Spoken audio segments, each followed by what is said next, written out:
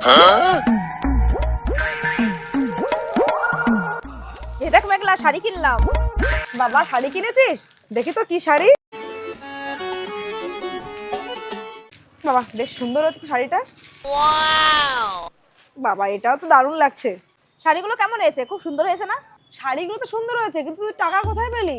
সকালবেলা বললি কোথায় যাবি, তোর কাছে গাড়ি ভাড়ার পয়সা নেই, আর সাইকেল তুই নিয়ে কোথায় যেন গেলি, গাড়ি ভাড়ার পয়সা ছিল না, এখন শাড়ি কিনে ফেললি? আরে একটা প্রতিযোগিতা ছিল, তাতে আমি নাম দিছি। সেই যাবো, আমার কাছে টাকা ছিল না, গাড়ি ভাড়া টাকা, সেই জন্য তো সাইকেল নিয়ে গেছিলাম। ও এইবার বুঝলাম, তুই প্রতিযোগিতায় এই শাড়িগুলো জিতেছিস তাই তো? আরে না, প্রতিযোগিতায় জিতিই নাই, ফার্স্ট সেকেন্ড থার্ড কিছুই হয়নি। শাড়িগুলো যখন জিতিস নি তাহলে কি চুরি করে এনেছিস?